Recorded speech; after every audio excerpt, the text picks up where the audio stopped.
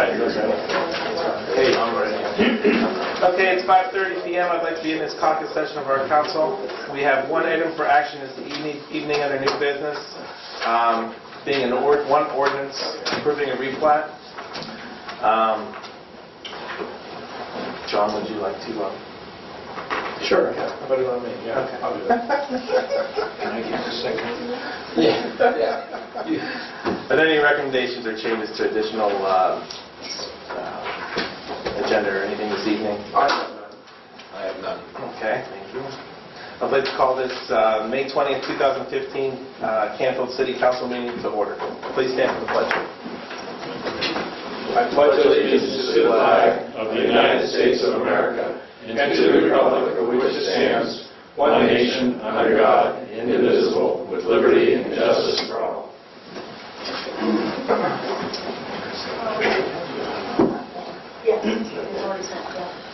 Okay, please call roll. Mr. Dragish? Yes. Mr. Kozar?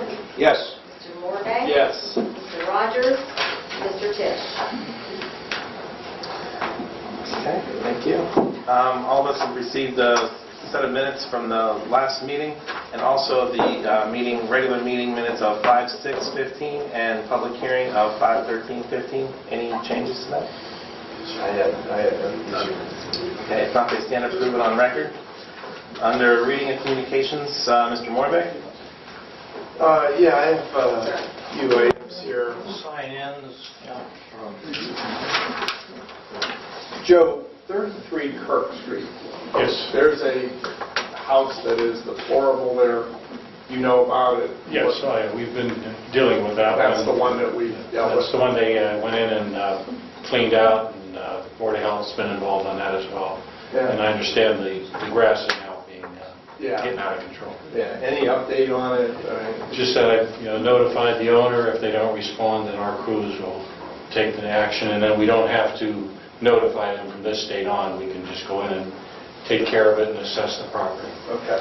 Are we paying attention to the actual structure? Because I've been told that the roof on the garage is collapsing.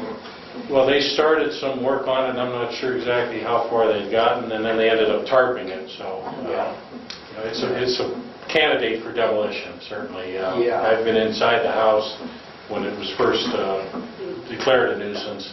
I don't know how they repair them. It's one of the ones that are pretty bad.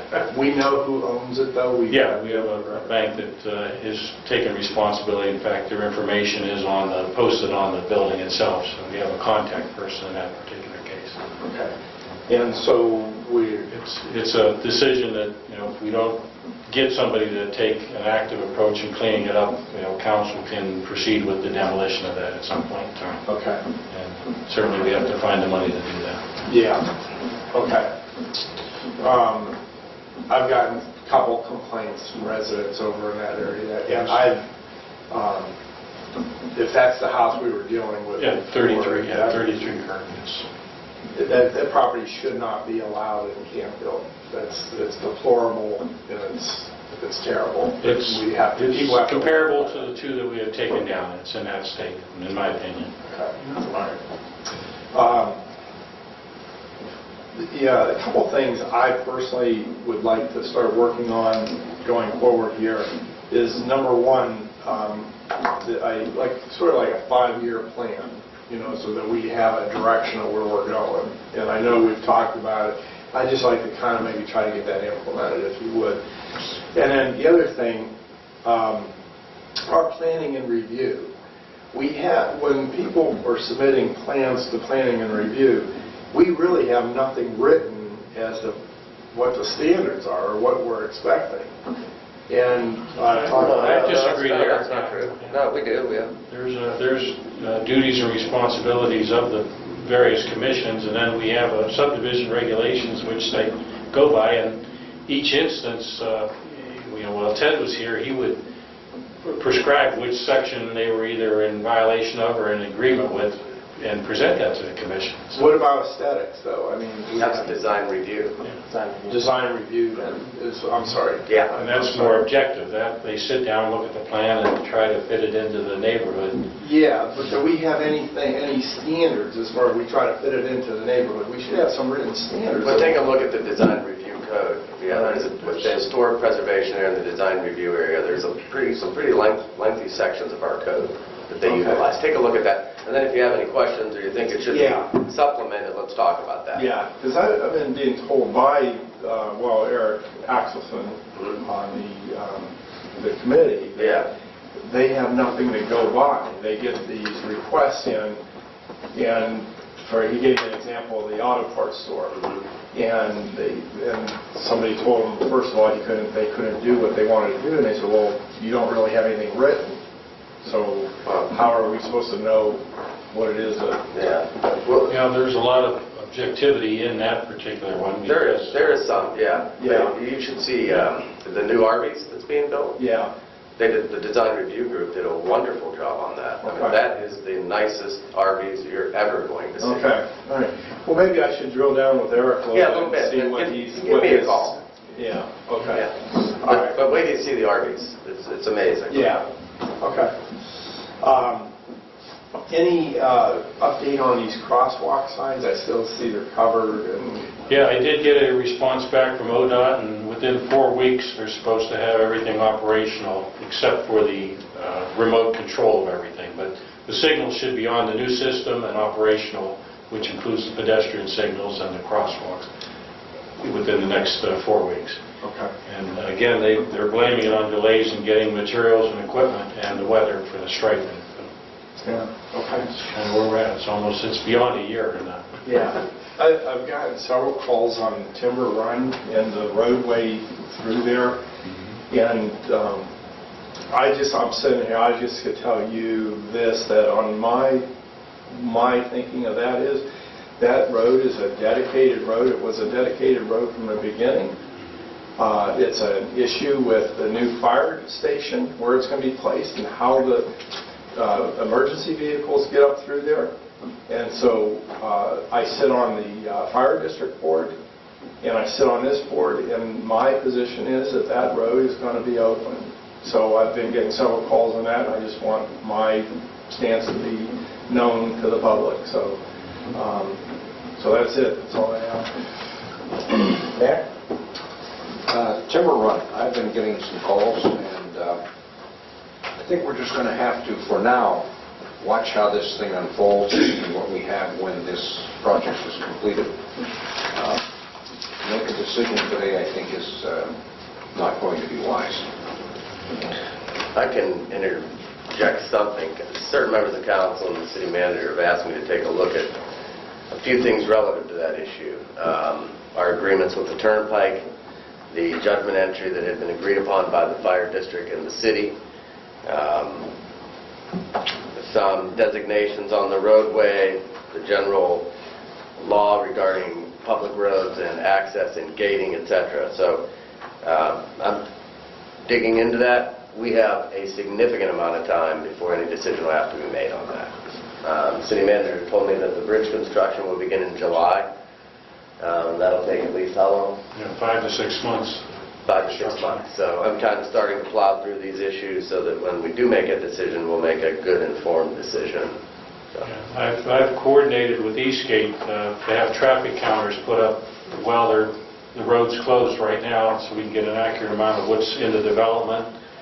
They'll be put back there once all of the traffic's being brought over Timber Run, and then they'll be brought back a third time once the bridge is reopened, so we can get a good analysis of the traffic flow as it is today, having everybody use it, and then how it separates once the road's back opened up. So we'll have that data as well in the future. Okay. And John, Mrs. Brown just walked in with regard to 33 Kirk, one of the neighbors there. And I don't know if you wanted to comment on that at this time, or if you wanted to hear her comments at this time. I think it... Wait till... wait till the comments. Okay. Mr. O'Reilly? Okay, under correspondence, I had received the bid analysis and recommendation from MS Consultants on the East Main Sidewalk project. The low bidder on the project was Faust Construction, $247,945.25.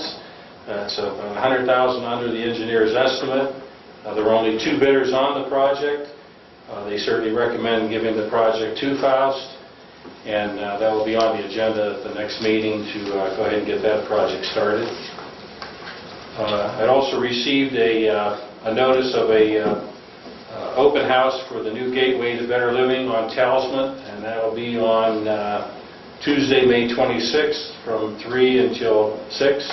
If anybody's interested in attending that. Our office also received the proposed language for the income tax ballot, and I don't know if you've seen that or not, but it states, shall the ordinance providing for a 0.5% levy increase on income for the purpose of providing for general municipal services excuse me, and operations effective January 1st, 2016 be passed for the income tax or against the income tax. It's pretty straightforward. And lastly, we have scheduled the concerts on the green for this year. They'll start on June 15th with the community band and conclude on August 3rd. There will be 8 concerts altogether, and typically we have you gentlemen introduce the group, so if you let me know what dates might be available, we can go ahead and schedule that as well. That's all I have under correspondence. Okay. Under persons desiring additional information from department heads, may I ask that you step forward to the podium and state your name? Oh no, I'm sorry. I'm so sorry. Under reports of committees, city manager and department heads.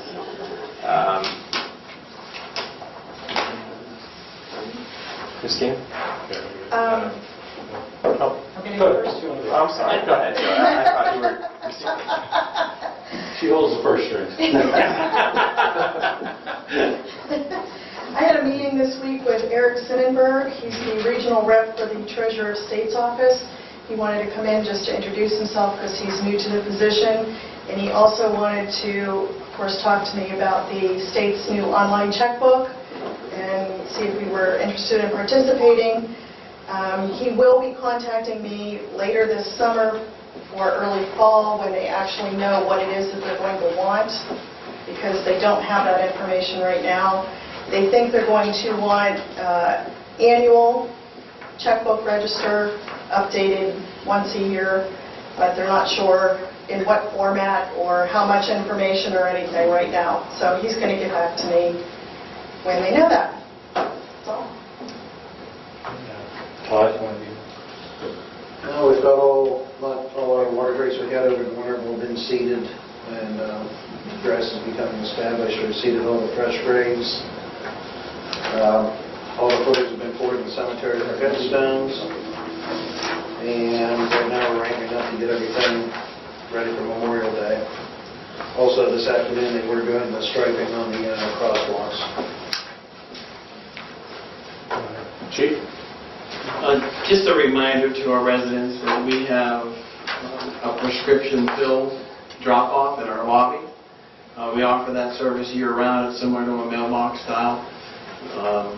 We used to conduct 2 prescription take-backs, coordinated effort with the DEA, the Drug Enforcement Administration. They have, however, stopped that program as a result of funding. But we have the box that was given to us that we take the prescription pills back anytime. And we will have an event in the summer or fall for a take-back. Also, as we talked about in our last meeting, due to the weather change, we have increased our neighborhood patrols, specifically targeting speed and stop sign violations.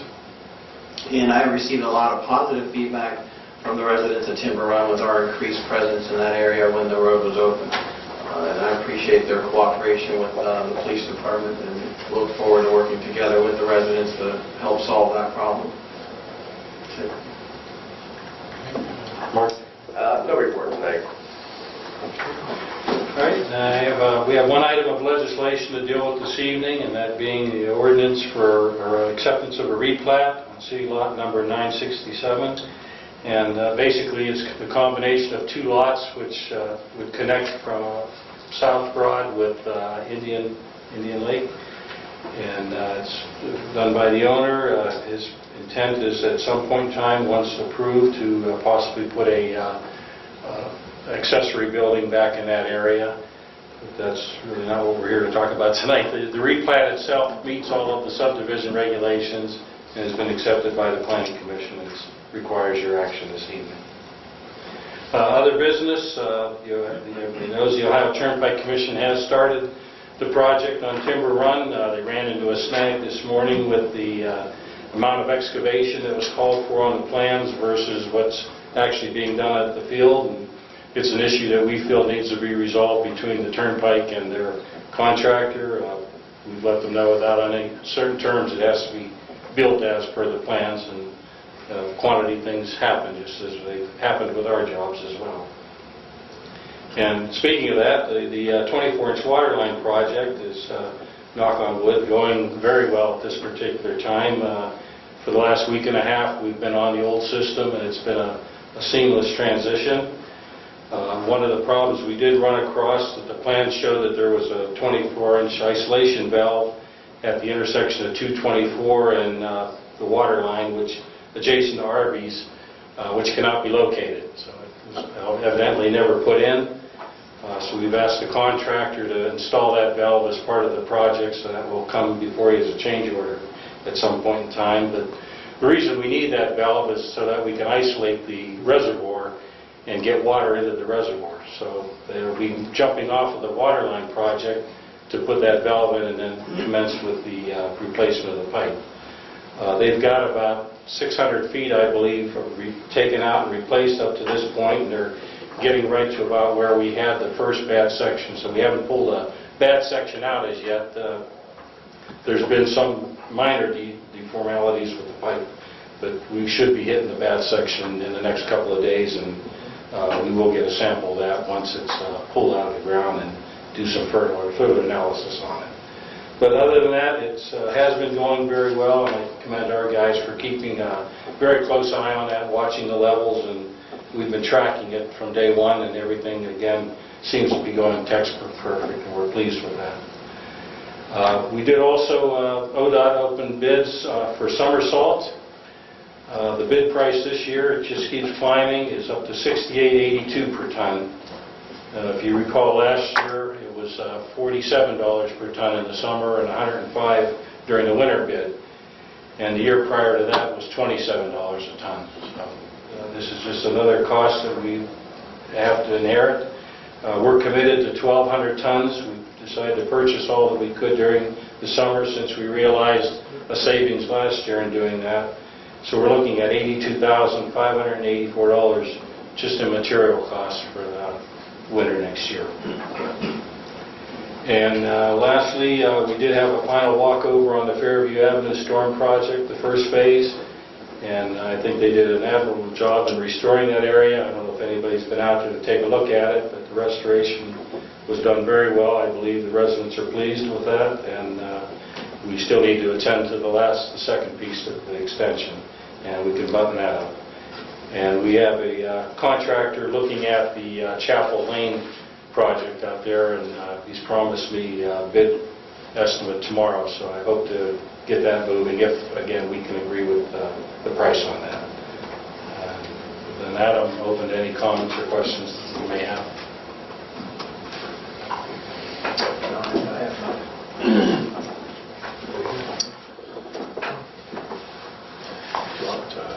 Oh, and in giving Ted's report, on the zoning side, we issued 28 permits at a total of $2,355 collected and a total valuation of $451,986. This is for the first half of May. And in that period, we had one house, and the majority of them were decks and pools. That's all I have. Okay. kind of a little bit backwards here, but reports of committees, John. Yeah, so this is the fire district board that I sit on, the Cardinal Fire District. As you know, we're going to be building a new station out on Herbert Road, and so we're diligently putting that together. And in doing that, we have in the process of hiring 3 new captains to just change our organizational structure a little bit so that we have a better chain of command. And so we have the chief, the deputy chief, the 3 captains, and then the full-time, part-time firefighters. And I said this last meeting, we should be very proud of the people that we get here to apply for these positions. I sat on the interview, in some of the interviews, and the caliber of people that we got are just incredible here. And so we've identified 3 people. I don't know that they've become public yet, but we'll be offering those positions, those 3 people. Yeah, but the whole interview process, the caliber of people that we had applying for this job was incredible. So Chief Hutch does a wonderful job in administration and taking care of your dollars and using them prudently. And we have one of the finest fire districts in the area, bar none. So. Okay. Along those same lines, this afternoon at 1:30, probably one of the most enjoyable things that I get to do as the mayor, sat down with the 3rd grade class at Hillside, and we had 2 judges, we had a mayor, we had trustees, but the most popular people in the room were Sergeant Conrad and the 2 firemen. The kids just asked them question after question after question. I was just about ready to stand up and say, hey, I'm the mayor, you want to ask me? But just to reiterate what John is saying, we have some fine people, fine policemen, fine firemen. That's all I have. Okay.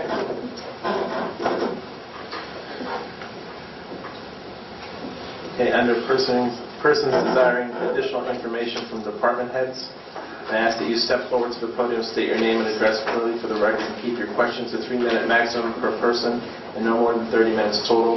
Your questions must only pertain to each department head's report this evening. Frank?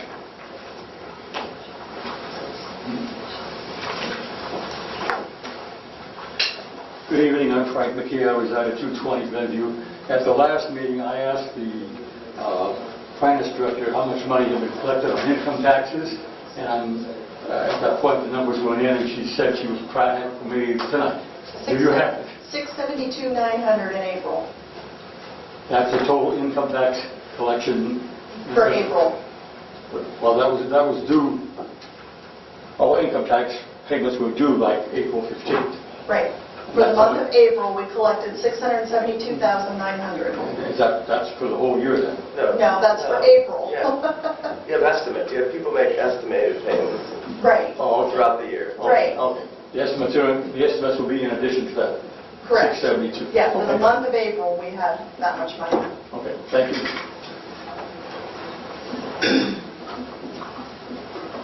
Question along those lines. Can I ask a question along those lines? Sure. Yeah. When you say the Name and 600... address. Yes, make Oh, it. Anthony Gutierrez, 241 Lake Point Circle. Question about the income tax receipts. When you say estimated receipts, are these from people that filed estimated tax returns, or is it payroll deduction?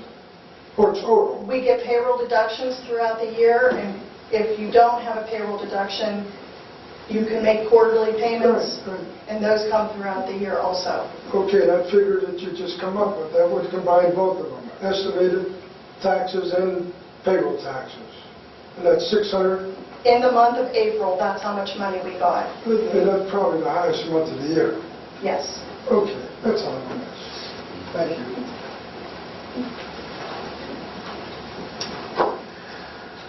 Under recognition of persons desiring to speak before council, I ask that you step forward to the podium, state your name and address clearly for the record, and keep your comments brief. coach me. I can't hear a word they're saying.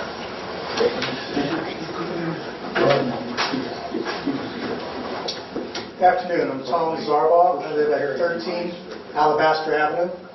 It's on the corner of Alabaster and Timber Run, and I wanted to speak a little bit about the Timber Run project. In recognition of your time frames, I'll try to be brief, but just as a quick history of where I live and why I live there. I grew up in Youngstown, and my wife and I both were from the west side. My job took me out of town, and a couple of years ago I had an opportunity to move back to the area to help take care of my parents. And as I looked around at where I decided to live, I chose Canfield for many reasons. One, of course, that it's a wonderful community. It's well taken care of. Once I decided to live in Canfield, I looked around at what development I wanted to live in, and I chose Stonebridge. I love the community. I loved how it was set up. I loved the sidewalks and just the look and feel of the neighborhood. Once I decided to live in Stonebridge, I chose to live in the back of that development for purposes of raising my young daughter, for not getting a lot of traffic, a safe area to ride the bike, teach her how to, run the razor scooter, etc. So I know you guys are taking a look at Timber Run and that project. I certainly understand the need, as do all residents, the need for that road to be constructed during the bridge project. Nobody in our development is opposing to that. We understand that's perfectly a legitimate solution, and it should be opened up during that construction period. I further commend, John, your position supporting the fire department. Absolutely. We think that's something you should absolutely do, and we think that's a critical purpose of that road. And there's no way any solution that comes out of this should ever hinder that purpose. And I don't think you're going to find a resident in our community that's going to argue that position. So please know that we are in support of that. Also, Joe, I thank you very much for your comment about getting the traffic information. We have our speculations of what we think that will be, just based on calculations of other communities and historical information. I don't think anybody chooses a house because they want to live on a busy street. And I know that as I look at members of this council, took a look at where every one of you guys live. Nobody here lives on a busy street. Your driveway's not on a busy street. You can't talk about cut-throughs. I live on 46. You live off of 46. Yeah. Well, I would beg to differ at a certain time of the day in that street. Okay. But if somebody came to you and said, hey, we're going to change the demographic of your street, where suddenly you have to be very careful backing out of your street, it would make you viably upset unless there was a good reason for that to occur. So, I mean, as I look at Canfield and every sign you see that this is the city that cares, and I take that to heart. We're not asking you to ignore the need for access, for emergency crews. I mean, obviously, that's very important, paramount. What we're asking you is to take your time to come up with a solution that really best supports the city of Canfield residents. I mean, if something's necessary, absolutely it has to be done. But in our opinion, opening that traffic up just for residents is not something that's necessary. It's not for the benefit of the city of Canfield. It's not for the benefit, for sure, of the residents of Stonebridge and Timber Run. It's certainly not for the benefit of me and my house and my daughter. I mean, if we speculate another 700 cars a day flying over that hill where I live, so I'll be backing up onto a hill that comes right over where they're digging the access road. It severely changes the feel of my property. That's, I think is going to be the result of that. So we just asked you to consider a solution that would be able to support both the residents and the need for access. And we think there may be some solutions out there you should consider. That's my point. I'll turn it over to my colleague David next, and maybe he can expand on that a little bit. Thank you for your time. Thank you. Thanks, Tom.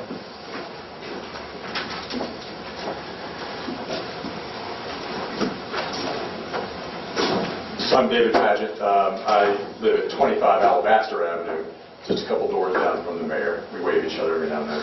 He taught my son how to throw a baseball, so I expect a major league contract one day. I echo what Tom said for the most part. My wife and I, Melissa Paget, we moved up from Columbus a little over 5 years ago.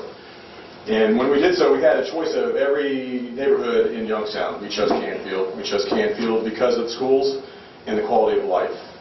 We chose Canfield because all the houses look nice, because the grass is cut, except for a couple of yards evidently. We chose to live here because it was where we wanted to raise our children.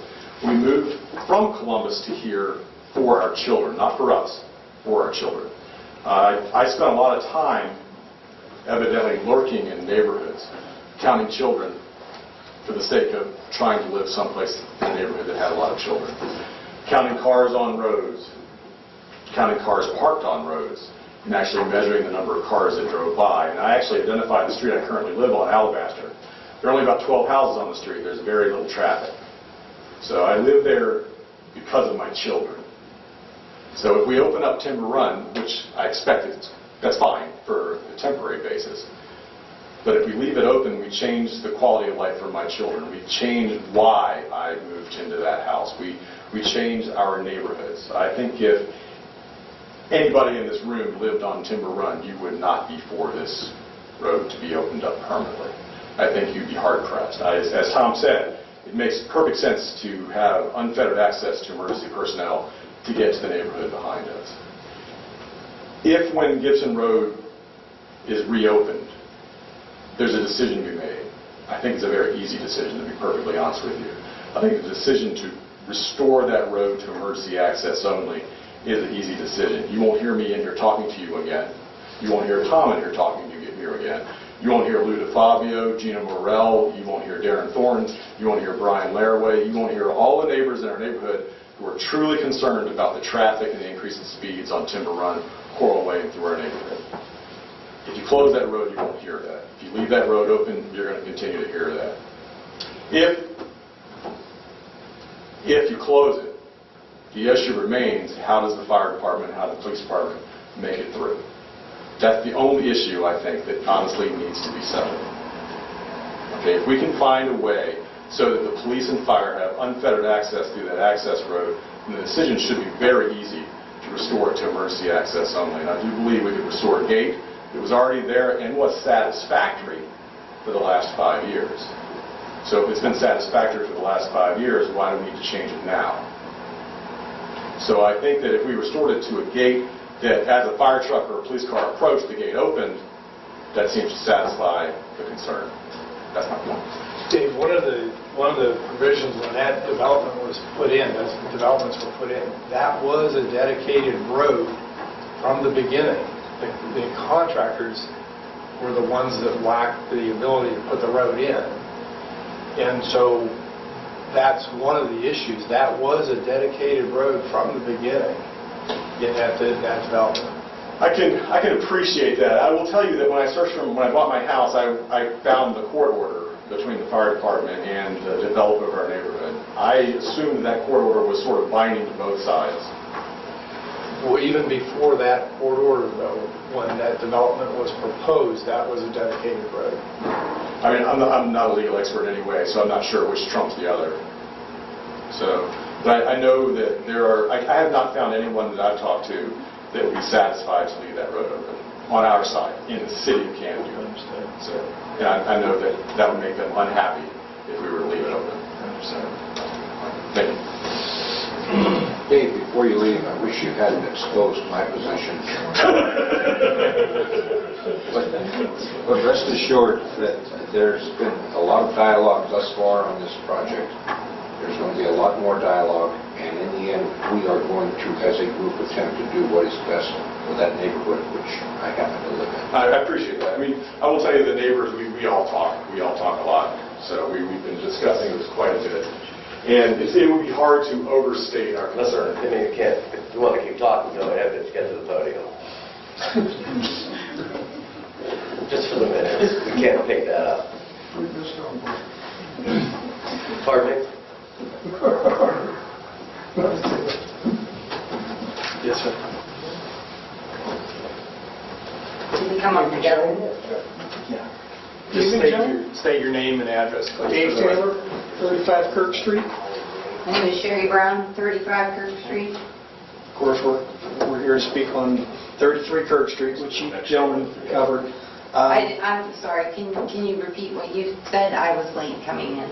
Yeah, I've had a couple calls on this property. We've dealt with this property before, and my position is that it's deplorable, and that we, in the beginning, had a hard time finding the owner of the property because these things get bought by a bank, by a mortgage company, and so we have to research it. We have to first of all, come up with the owner.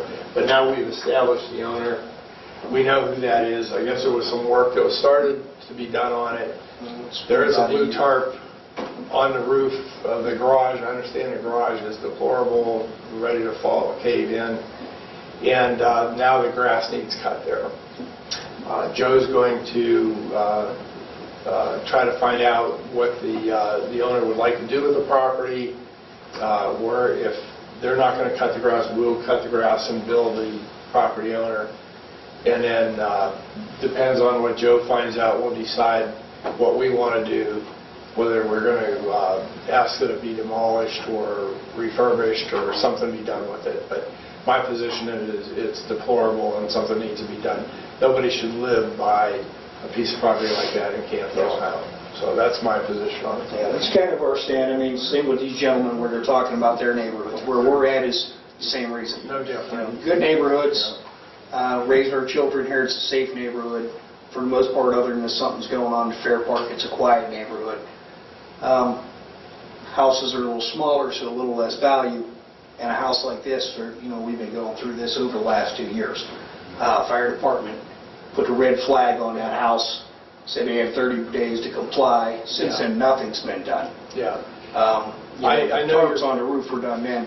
Yeah. And so, it's especially in our neighborhood, a house like that depletes not only our value, but the entire property value, and it's kind of a hinge pin from our neighborhood turning back over and becoming a family neighborhood or turning into your low-income rentals, Right. and which is exactly what we don't want to happen. Right. So we, just concerned and like to see something move forward at a little steadier pace than 2 years and no action. Yeah. And that's some of my frustrations as well, and I've learned being on city council and working with government. I'm in private business myself, I'm self-employed, and things can happen pretty rapidly. Here they don't, because people have rights and there's procedures and there's attorneys and courts and everything else. And I've learned that this doesn't happen overnight. And so I know your frustration. Believe me, I'll be in Joe's ear every week, and we'll get this resolved. We wanted to officially come in again this year to state our case. The grass this morning is 21 inches high. I know that.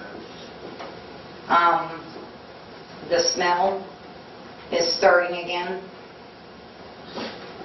The tarp was put on the roof to keep the health department from doing anything. I mean, it wasn't to fix anything. A real estate agent was in that home a month ago, and we spoke with her. The stairwells are collapsing. It's unsafe to go into. The ceilings are collapsing, and is completely inundated with black mold, which has grown over the past year since they emptied out what they did to us last year, which I don't think we have to go back over. Yeah. And like Joe will be on this and be in touch with the owner, and we'll try to get some results. I do have one question. Go ahead. If in fact this house is apparently online for $18,000, and the interesting crew of people that have come to look at it for $18,000 has been a pleasure for the past 2 months, if they decide to empty the inundation of black mold, is there any recourse that our neighborhood has if it's openly done? Because it poses a health hazard to the elderly people and the children and the pets on that road. Is there any recourse that we have? EPA guidelines, is there something they have to follow? I'm sure there's... Yeah, that's really a Board of Health issue. They monitored the activity that took place there before, and I know there were complaints about the way it was being handled then, but again, the Board of Health was satisfied with the cleanup, and they're the ones that regulate that. We So I should contract with fix the Board of Health for that service. Okay. We don't have the expertise for that. So that's something you could take up with the Director of the Board of Health. All right, and is there any kind of demolishment list that this is It's not ever? on a demolition list right now, Okay. no. It's certainly a candidate for that. If there's no schedule for any action to be taken on the property, then a decision council could make to proceed with demolition. All right, thank you. Thank you, John. Okay, thank you. Anthony Gutierrez?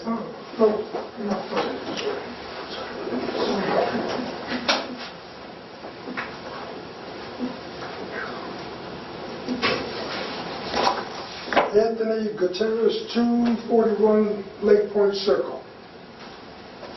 Okay, I'm going to try to be brief, it probably won't be. First, I have a question. The lawsuit that was filed against the police department that when I first moved in, it caught my eye, involving a rape, 5 or 11-year-old girl or something like that. Is that lawsuit over? No, that lawsuit's not over. We're not going to have any comment. I understand. We're not going to have any comment on that lawsuit. It is not over.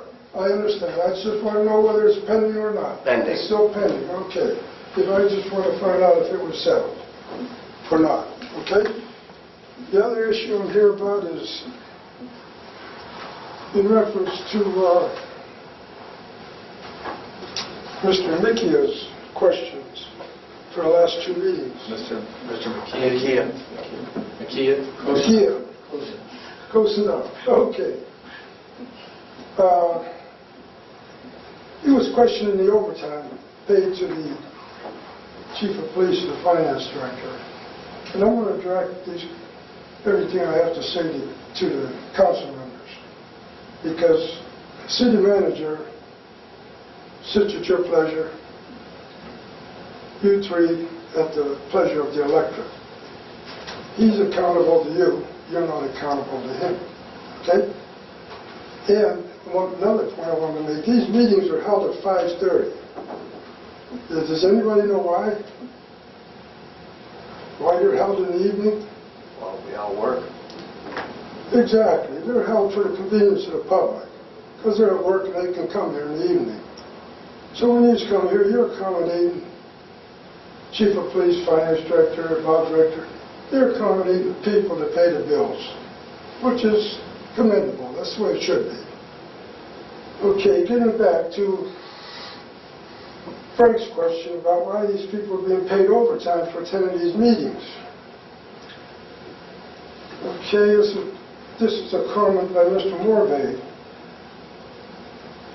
And it's in reference to the city manager talking about $12,000 being paid in overtime to the chief of police and finance director for attending these meetings. And he further commented that that money could have been used to pave a road. And prior to December 17th of last year, they would not get paid overtime for attending these meetings.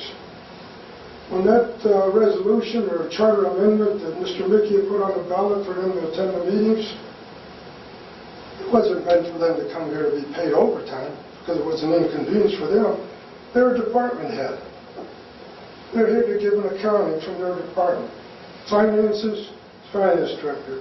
Chief of police, chief of police. But after that amendment passed, or that charter amendment passed, I don't really think the council is aware of what you voted on in this ordinance that was passed December 17th, 1 week before Christmas. Are you aware that you voted to pay the chief of police and the finance director overtime for attending these meetings? I don't think you're aware of it. This ordinance was prepared by the city manager. And you're supposed to review. He doesn't dictate to you, you dictate to him. He put in this salary ordinance, which the law director brought to his attention at the last meeting. He said it's in the ordinance. Well, it just passed December 17th. In it, Effective January 1st, 2015, all positions identified in Section 1A may elect to receive overtime or comp time. This ordinance was prepared by the city manager. He lists himself as a position of 1A, and he gets paid overtime or comp time for attending these meetings. No, the city manager has a contract, which I do not get overtime at these meetings, Well, it says all positions in 1A. You're listed at the top. unless otherwise noted, and I have a contract. Not otherwise noted. Well, let the record show, I do not get overtime for any time spent. Okay, well, you're listed in there, city manager, your salary, you're listed in a position, full-time employee, administrative position, 1A. All positions in 1A shall receive overtime or comp time, That's you, you're in there. I don't think when you adopted this measure in December, I don't think you were totally aware of what you were voting for. I really don't. Because if I was in your position and I had read this, I'd have told them, hey, look, department heads don't get paid overtime for attending these meetings, period. They're here for a reason, like we stated earlier. These are separate departments, not answerable to the city manager. She's in charge of finances, she gives her report. It's up to you to rescind this, and you can do this without his input. All right? Then there's, well, I could go on.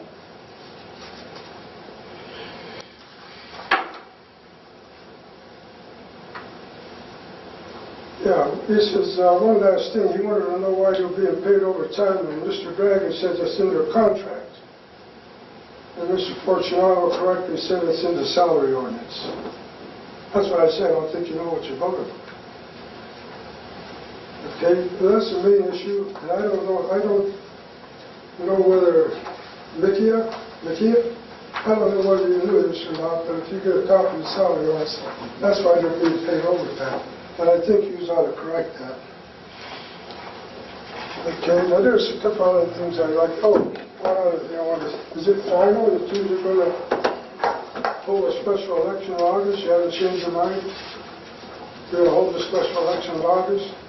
Is that final? Okay, It is final as of today. Okay, because I'm going to contest the matter because I believe the meeting of April 22nd was totally unlawful because the people weren't notified. No, we went through that in the last meeting. I know that. Right? We covered that. You had 2 weeks from that meeting when you knew that the public wasn't notified. You still had 2 weeks left to make sure notice was given and hold another meeting, which you chose not to do. And I believe it's in the record pretty adequately that your city manager did not want to move forward to give the people notice and an opportunity to come and respond prior to voting on the issues. All three of you councilmen, Teach, Rogers, and Morvay, you're in the record saying you want to give the people notice. On every occasion, you went against it, like he was dictating to you. Okay? And I'm going to contest it on those grounds because I know your law director is going to say it's legal, and maybe the court will agree with him. I don't think so. That's why I'm going to challenge you. Nothing personal. I just think if you're going to raise the people's taxes, I think you don't put the cart before the horse. Like tonight, you're going to have comments on the issue, the city tax issue. What's there to comment on? You already voted. You already voted so you're going to increase it, and how you're going to do it. What's there to comment on? Well, like you said at the last meeting, we can have until what, the day before to pull it? Right. Yeah. So right. we still have that time. So we still have that time. So we were opening it up tonight for that particular reason. Well, if the issue as it stands right now, it's going to be on the ballot, and I'm going to contest anything that occurred at that meeting as being illegal, which would be the ordinance and the resolution, because of the fact that people did not have notice of the meeting. And you knew about it. If you didn't know about it, it'd be a different question, but you knew about it. You knew the night of their meeting, even discussed it. The people didn't know that the meeting was even occurring, but you still went ahead. I would contest that statement. I don't think that's an accurate statement at all. It's right here on the record. I'll quote it to you. No, I don't think it's accurate to say. It's in the minutes. In your opinion, in my opinion, that's not accurate. So you want to wrap this up and we can move on? Okay. Anthony, it's still... I should be doing about a minute here. Anyhow, I have the record pretty well outlined. Each and every time the three councilmen wanted to postpone the meeting, give the people a notice and opportunity to come in. Each time the city manager and the votes that he had locked up that were predetermined prior to that meeting. It's all just from reading the minutes, anybody could come to that conclusion. They were against it. I know, we're stuck on this, Anthony, but the long and short of it is, the city needs the money. And if we're going to maintain the services that we have, people have to vote on it. If you don't want it, vote no. Oh, definitely. And then we'll govern accordingly. We'll cut what we need to cut to get down to that level. But the whole point is, whether we have the election in a month, 2 months, a year from now, we need the money. We need to, so let the voters decide. And it's an open ballot. It's nothing else clouding it. And they'll go in and they'll say yes or no. And if they say no, then we've got it. Have you really done an in-depth study of your financial situation? I have learned it better than yours right now, better than all 5 of you. And just as well as him, if not better. He will bankrupt this city. You have to you're sitting to review his conduct. It's not city manager, not city dictator. Listen, there's an election in November. Okay, that's another issue. You could have held the election in November where you got a greater turnout. No, I'm just saying, put your name on the ballot and get up here. That's what do you mean? Oh, there's going to be some people. Good. Okay. All right. Well, thank you. Thank you. Frank McKeon.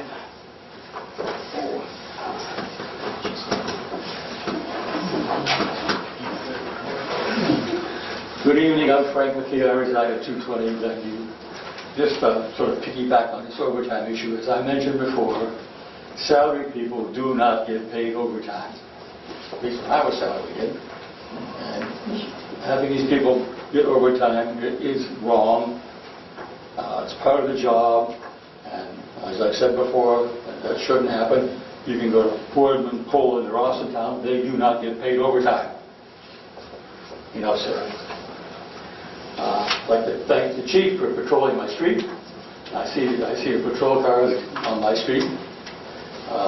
However, we have another speed control on my street, and that's the holes in the pavement. And I understand we're going to get paved this year, but the street's pretty rough right now. I mean, it really needs pavement. I understand it's going to get done, Joe. Is that correct? It's not in stone yet, no. It's not, the list hasn't been prepared yet. Okay. Well, anyway, we don't need speed humps right now. When we do here, you have to pave it, we could certainly use speed humps. At the last meeting, one of the councilmen mentioned that his voting rights are being taken away because we have term limits. I have a little trouble with that. You know, we have term limits for our state senators. We have term limits for our governors. We have term limits for our president.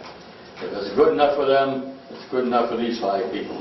Let's bring new people in with new ideas. There's plenty of people in this city, and let's not make these dynasties up here. Right, we've accepted that. We've accepted that, and now we're getting new people on council. I mean, but you've got to find those people that want to serve up here, like maybe Mr. Gutierrez. That would be great.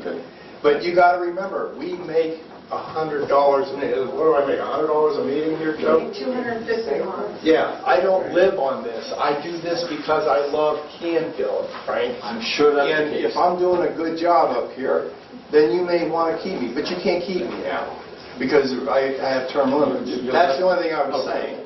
But you have a 6-year option. You can be there 6 years, which is it's a rather long time. And the money thing, you knew what the money was coming in there. I'm sure that's not important. That's not an issue. That's not why you're here. I understand. But normally, you have term limits on senators, congressmen, because they make it a career. And that's why you have the term limits there. Unfortunately, we don't have it for the Senate in Washington or Congress either. That's another story.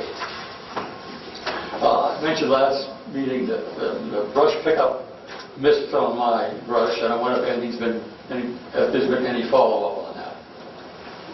Again, as my understanding, it didn't meet the criteria that we put out as to what size it has to be, what dictates what's brush and what's grass or weeds. We can't put weeds into a chipper. That'll just gum it up and jam it up. It was pampas grass, and I brought a sample in here. I know in other parts of the city, pampas grass was picked up. I don't think that they were selective in not picking yours up, so they picked it up in other areas. I disagree. Well, it didn't get picked up, let's put it that way. And it's been picked up every other year. And as I mentioned, I don't know what the chipper criteria is, but I would certainly, I think that they ought to be informed that we expected to pick it up. Go back to an old problem here, Hickory Hollow. There's a house on Hickory Hollow that is an absolute dump. The owner of that house has at one time been adjudged to be incompetent to manage his own affairs, and an administrator, something to that effect, was appointed, hopefully to clean this place up. Right now, I drove by today, the backyard is an absolute junkyard. There's crap and junk all over the place in that backyard. Right, Mr. McKee, I will tell you that we're in contact with the guardian of that property every week, every other week, if not every week. Our understanding is that there was significant exterior cleanup work that was going to be approved by the court and was to begin last week. We realize that has not begun. I know the city manager has contacted the guardian, and that work is expected to commence any day.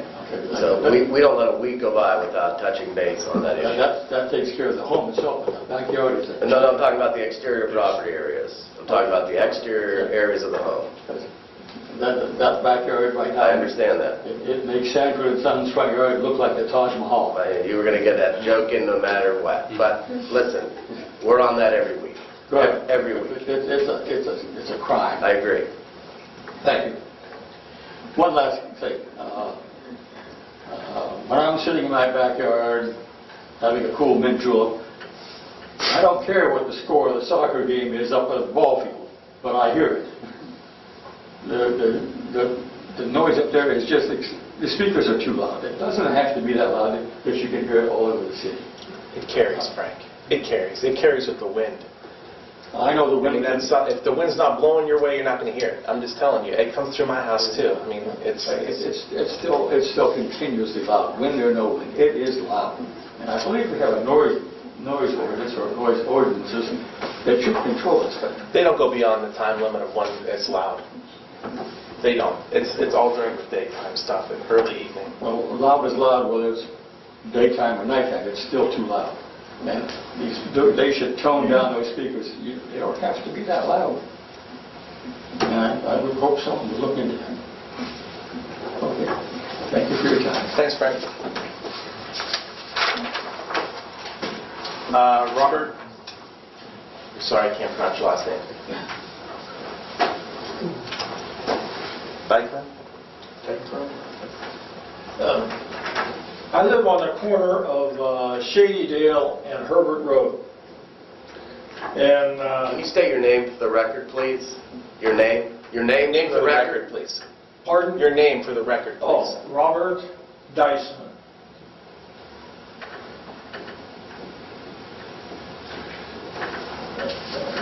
As I was saying, we built a house there, we built on the corner 20 years ago. We used to get maybe one truck every week or two at that plant behind us. Now we get anywhere from 20 to 30. We can't even sit on the front porch anymore because their parking lot is nothing but mud, dirt, and ground up slag. We had a street sweeper come down on Friday to clean the streets. He would pass their driveway, and I wish that the person that was driving that vehicle for the sweeper could be here to verify it. But the wind was blowing down Herbert Road, and when he was going past, you couldn't see the vehicle. That's how bad it was. He made 2 complete passes on this side of the street to pick up the dirt, the mud, and the slag from that parking lot. Now this is going on every day, day after day, including Saturdays and some Sundays. And there's got to be something done. I mean, we can be a good neighbor. I don't care about the trucks coming. But the dirt is, there is nobody in this room that would live with the dirt and the dust coming down that street. We can't sit on the porch no more. That's Go ahead. my beef. Do you remember it getting better a year or so ago when we had them oil the parking lot? And did that get better? I'm just a little hard to hear. No, I understand. I think last year, 18 months ago, we required the owner to lay some oil in the parking lot or some bonding agent to get the dust down. There is nothing. It's nothing but dirt. Was it better last year? No. This is why I'm saying every year it gets worse and worse and worse. Yeah. And I've lived there for 20 years. I can't take it no more. It's just plain dirt. All right, we will get a hold of the owner and talk to him about that. Okay, that's the first thing. I got one more thing. I was sitting on the porch about a week ago, and here comes a tractor trailer truck down Shadydale. There is no way a tractor trailer can make that S-curve without going on both sides of the street. It's going past the school and going down and making a sharp 45 at the corner. There's no way a tractor trailer can use one side of the street to make that bend. He gets down to the other corner, he still can't make the bend. And when he comes down Shadydale, he still can't make that bend without using both sides of the road. These trucks are using GPS now. They come down 224, and the GPS says you can turn here, it's a shortcut. There used to be a sign at the top of that street at the corner saying no 2-axle trucks is allowed beyond this point, and it had a big red circle on it. That sign is no longer, they took it down a couple years ago, I think. Why?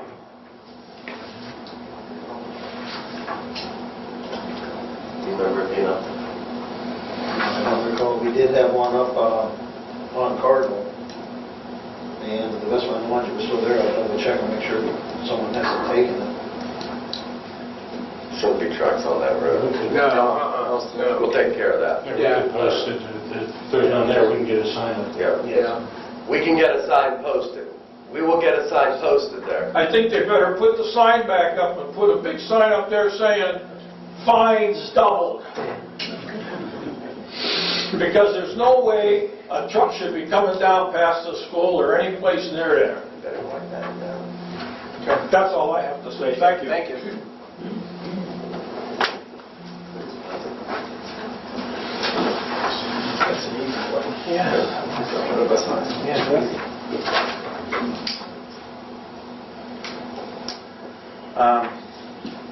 Okay, under old business, there is none.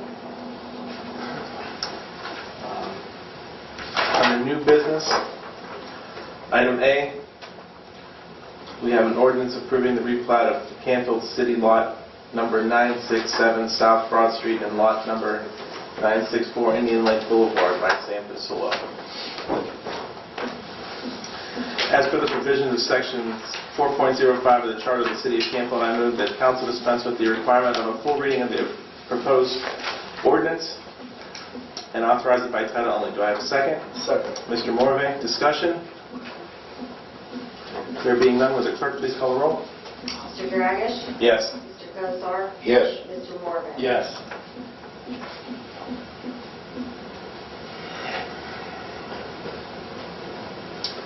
Mr. Morve, would you like to...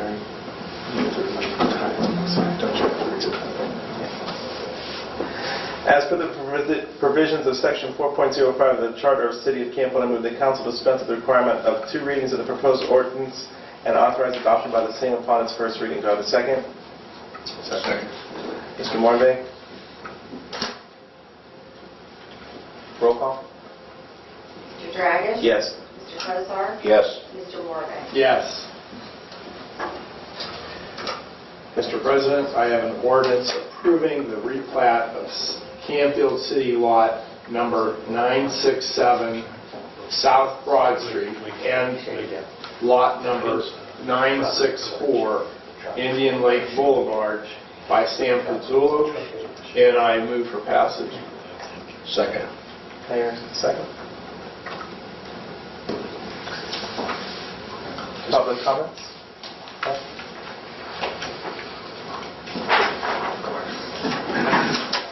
Frank McKee, 220 Glenview.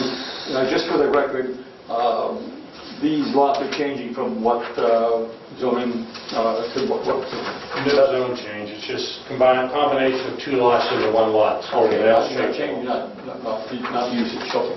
This is a ministerial act by council. It complies with zoning. People are entitled to have their lots replatted if they want, so long as they meet the frontage requirements, etc. So this is really just an administrative act.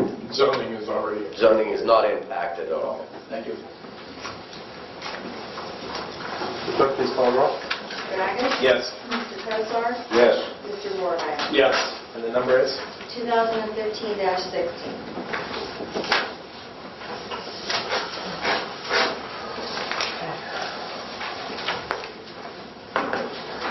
Councilman comments? Mr. Morve? Yeah, just this Monday is Memorial Day, and I just pulled some stuff off the internet today, and Memorial Day, originally called Decoration Day, is a day of remembrance for those who have died in service of the United States of America. It was Waterloo, New York, was officially declared the birthplace of Memorial Day by President Lyndon B. Johnson, May 1966.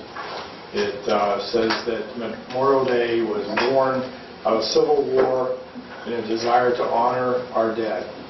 It was officially proclaimed on the 5th of May, 1868 by General John Logan, National Commander of the Army of the Republic, in his general order. The 30th of May, 1868 is designated for the purpose of strewing with flowers or otherwise decorating the graves of comrades who died in defense of their country during the late rebellion. And those bodies now lie in almost every city, village, churchyard, and land, he proclaimed. The date of Decoration Day, he called it, was chosen because it was an anniversary of, it wasn't the anniversary of any particular battle. The first state to officially recognize the holiday was New York in 1873. In 1890, it was recognized by all northern states.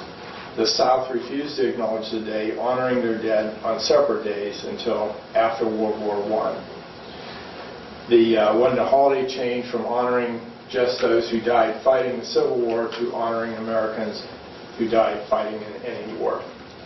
And So this is a little bit of history about Memorial Day, and myself personally, I couldn't be any prouder that we have veterans that served for us, and this is why we sit here and can discuss things the way we do and the freedoms that we have.